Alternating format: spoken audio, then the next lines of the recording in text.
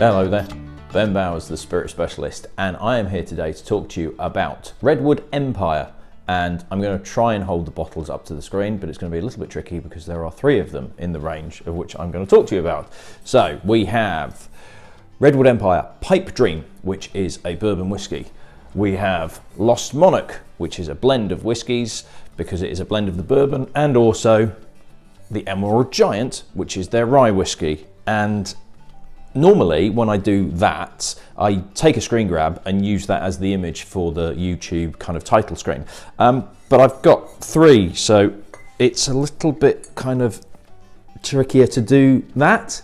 Maybe I can screen grab that, I don't know. Anyway, so this is a relatively new brand into the UK. It's not a brand new sort of brand worldwide, but it is still quite young, and it's only just come into the UK and it's starting to kind of build awareness in there. So before I tell you about what the 3 whiskies taste like, and I am going to talk about all 3 in one video because they are kind of linked together, let me give you a bit of background information about Redwood Empire itself.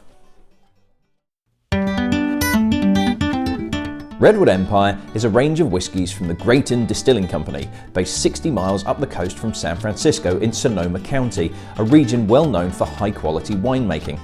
The company was set up by Derek Benham, a wine entrepreneur who was bitten by the craft spirits bug and converted an old apple canning and processing plant into a distillery. Initially, a gin and vodka were launched in 2016, shortly to be followed by the Redwood Empire range of whiskies, so named in honour of the stretch of land along the coast, from San Francisco to the Oregon border, that is home to uniquely indigenous trees that are some of the tallest on the planet. The 3 releases available in the UK are named after specific trees within that region. Pipe Dream is the 14th tallest tree on Earth, standing 367 feet high and is over 1,340 years old. The whiskey is a blend of bourbon whiskies aged between 4 and 12 years old, with a mash bill of 75% corn, 21% rye and 4% malted barley. Emerald Giant is the fastest growing redwood in the world, reaching 360 feet tall after 1,180 years of existence. The whiskey is a blend of 3 to 5 year old rye, with a mash bill of 95% rye and 5% malted barley. And finally, Lost Monarch is the largest coastal redwood in the world in terms of volume, standing at 320 feet tall and a 26-foot diameter. The whiskey is a blending of 60% rye whiskey that would otherwise be used for Emerald Giant and 40% Pipe Dream bourbon. As you might have figured out by the ages of the bourbon in particular, the Redwood Empire range features sourced spirit from distilleries other than Graton Distilling, based in Indiana, Kentucky and Tennessee. Sourcing whiskey for blending and bottling is a fairly common practice in American whiskey production, so this is not something to be particularly worked up about, although some people do. The Redwood Empire range of whiskies are all bottled at 45% ABV. Okay, so that's the information behind the range itself from a distillery. Now, if you did look at the pictures of the distillery, it's not really that much to look at, to be fair. And we are looking at sourced whiskies. And as I said in the kind of preamble, a lot of people do really get het up about sourced whiskies, but it is a very, very common practice. So personally, I don't take it really too offensively that there are some brands and distilleries that are sourcing spirits and whiskey from other distilleries in order to kind of be used for their own label. What it does give new distilleries in particular is a chance to kind of get something out in the market while they are building up stocks of their own spirit, which is exactly the case here. Now, it's not really a practice that's done in Scotch whisky and new distilleries in England and everything like that because of legalities. It couldn't be called a single malt, etc., etc. So particularly in the UK, it really does seem to be kind of like a lot of people turn their nose up at it, and a lot of people go, oh, well, it's sourced, oh, well, it's going to be rubbish. Well, no, you know, you can source whiskies from elsewhere, and if you're selecting very, very good quality whiskey and it's fitting the flavour profile that you're looking for, what's the problem? Because ultimately, the most important thing is what it tastes like inside the bottle. Almost doesn't really matter where it comes from, to be honest. But I know there are a lot of people out there that kind of want this authenticity and this integrity and everything like that. Anyway, I don't have so much of a problem with this. What I do have a problem is when it is brands and products that make it kind of very, very clear that it's not sourced when it absolutely is. And I did get into a bit of an online argument. I had a bit of a go at somebody who was talking about a bourbon that he was releasing. He was talking about its provenance. He was using all sorts of buzzwords. And I said, where's it from? Oh, well, you know, I can't tell you the distillery, it's secret, you know, trade secrets, blah, blah, blah, blah. And it turned out it was from MGP in Indiana. And if he'd have been upfront to start with and went, I've sourced it from here, not a problem at all. Absolutely no problem. But the fact that he was trying to hide this, that was the thing that really wound me up. So, in terms of Redwood Empire, what I'm going to do is have the Pipe Dream, which is the bourbon. We're then going to go for the Emerald Giant, which is the rye, and then we'll go to the, I keep mixing them up, the Lost Monarch, which is the blend of Pipe Dream and Emerald Giant. That is, of course, if I can actually open this bottle. So, we have here Pipe Dream Bourbon. So, as I say, I'll get me a bit of paper because I can't remember exactly. It's 75% corn, 21% rye, and 4% barley. Now, what I will say is I absolutely adore the bottle and the label. I think it's really cool, but classy at the same time, slightly surreal. I don't know if you can see the picture on there of a guy with essentially leaves coming out of his head. That might have some meaning. I'm not quite sure what. But on the back, we also have quite a bit of information, which is always nice to see, not just about the whiskey, but also about the Redwood Empire and about the trees. And every bottle that you purchase, money is donated toward, well, it's essentially, if you buy a bottle, a new tree is planted. Now, interestingly, on the website for Redwood Empire, it talks about the whiskey, the bourbon in this being 4 to 12 years, whereas on the back, it's of this bottle that I've got in particular, it just says aged at least 4 years. Now that is possibly because they are using, as each batch is bottled, more of their own stock and less of the sourced, which might be slightly older. So this talks about Pipe Dream, what I think is also a really neat touch as well, and this is across all three bottles. I'm hoping you can pick it up. If you look at the barcode, let me just get it so that it's actually in the middle. Focus camera, there we go. You can see that the barcode becomes tree trunks as well. It's just little touches like that. It's just those sorts of things I think really help the package as well. So, what about the whiskey itself? Okay, so we're doing 3, so we need to kind of get through this fairly quickly. Otherwise, this is going to be like an hour-long video. So, nose. Nice bit of spice. Classic vanilla-y characters in there as well. But there is a good spiciness to it. Now, all of these are bottled at 45%. And you do get a little bit of a heat feel coming through on the nose as well. And to be honest, nosing this, I probably would have said it's slightly higher, something like 48, 50. Nice note of caramel on there, like runny caramel. Little bit of chili spice, dry chili flakes, but not too overpowering. Vanilla. Classic bourbon, like really is absolutely classic bourbon characters that you would expect on a nose.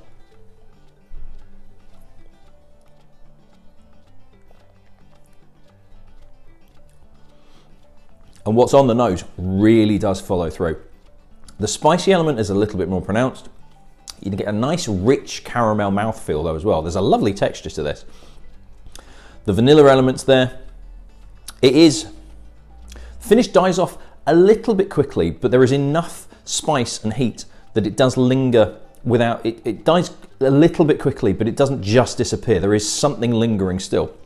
The vanilla, toffee, caramel element is the bit that sort of fades away. It would be nice if that carried on a little bit longer, but it is there. But there is enough spiciness in it that it continues to carry on a little bit further.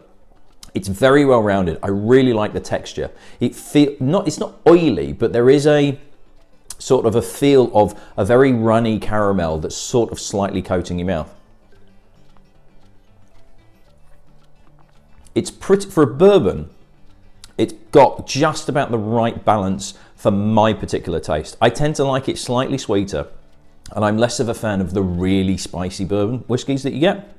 And this has enough heat, enough chili flake element, touch of black pepper in there as well, almost a little hint of sea salt.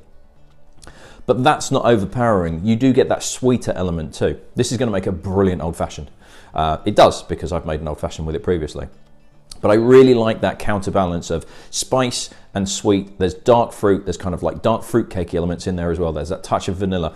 This is a very, very well made bourbon. It's not outstanding in any field, but it is very, very solid. It really is a kind of, what's an example of bourbon? Pick one out that represents bourbon as a whole category. Now, nigh impossible, because bourbon does go in very different directions.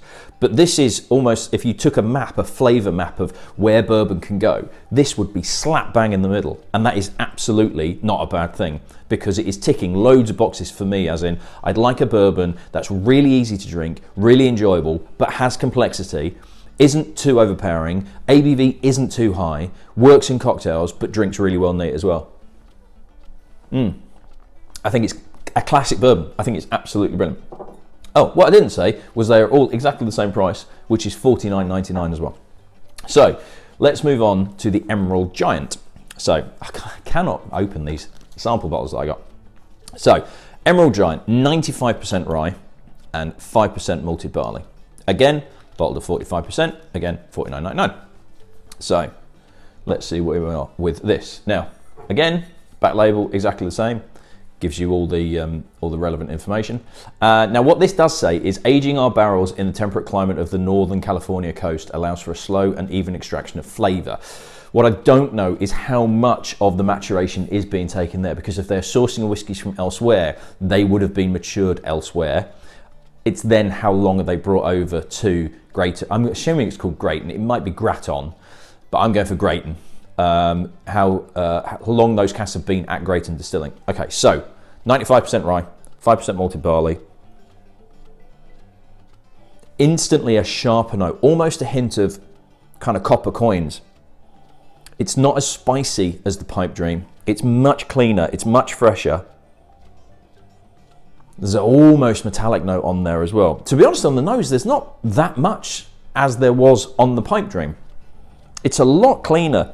There's almost a hint of mint in there as well. Okay, palate.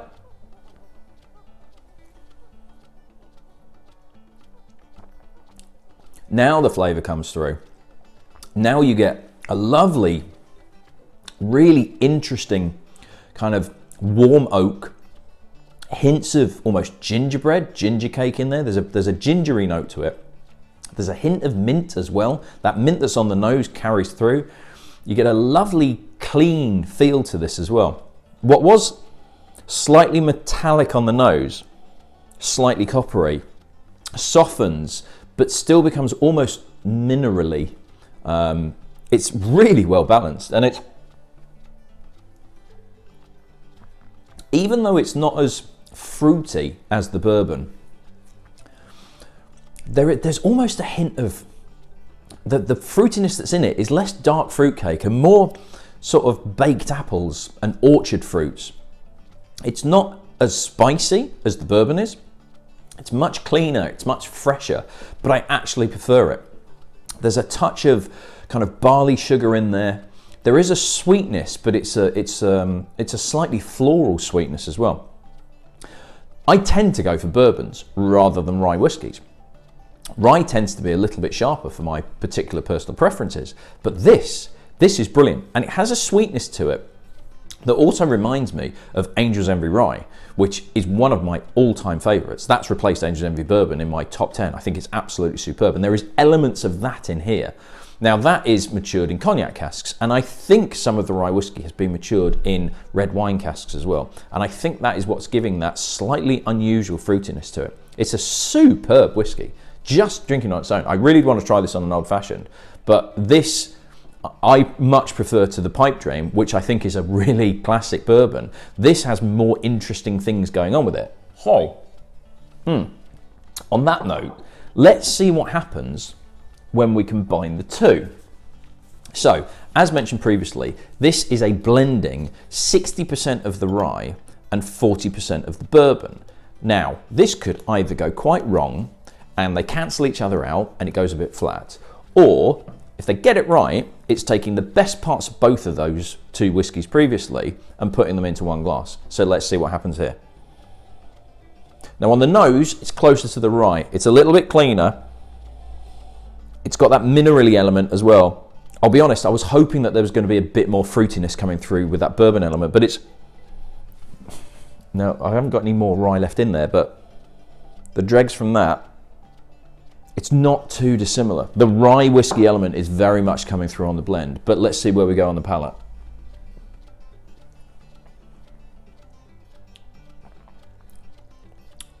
Ooh, now we're talking. It really does. On the nose, it's all the rye whiskey.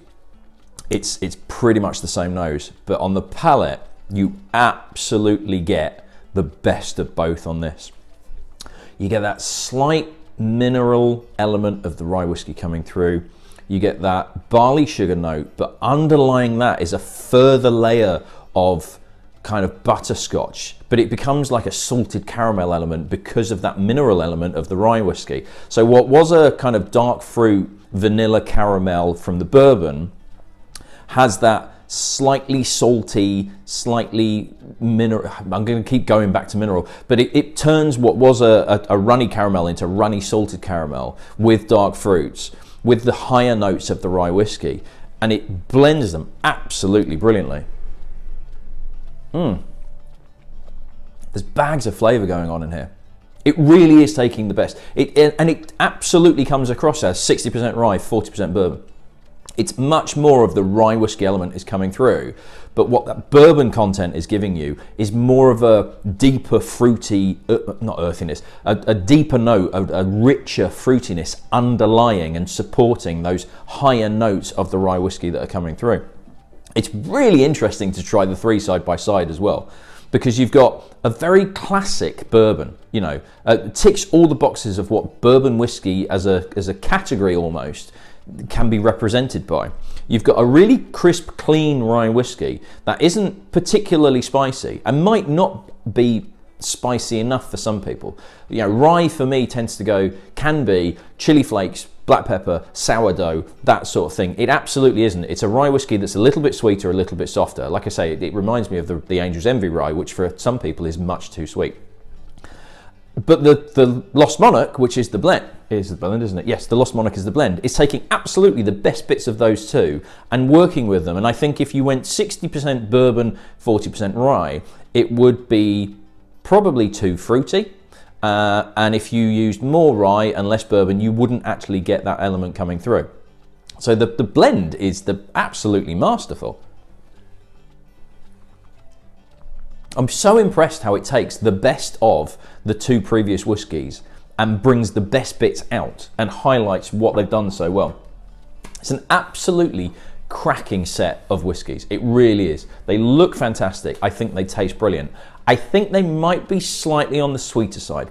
So for some people, if you prefer your American whiskies drier, spicier, more intense, this absolutely doesn't need water. 45%, I think they may have been able to get away with 46, 48. I think a little bit extra heat from the alcohol might have been beneficial, but it ticks a lot of boxes for me at the level. So just bear that in mind depending on what you like. If you like a really spicy bourbon, like a Booker's or a Bullet or something like that, this is probably going to be on the sweeter side for you. But if you like fruity bourbons, if you like rye whiskies, they're a little bit softer but have a lot of character going on for them, I highly, highly recommend these. I think these are absolutely brilliant, and it's absolutely fascinating to try the three side by side and see the differences within, and then how you can and actually it's a really good example of what blending can do. A lot of people turn their nose up at blended whiskies, blended scotch, blended malts. Blended malt is a category that a lot of people absolutely don't want to know because it's all about single malt. Well, do you know what? If you do your blending correctly, you absolutely get the best bits out of what is going in. Like cooking, you've got a steak on its own can be absolutely delicious. A salad on its own can be absolutely delicious. But if you combine the two and you get those flavors right, they can be as delicious, if not more so. Maybe not necessarily so, because both elements are fantastic. But you can actually get something equally as good by combining those two things together.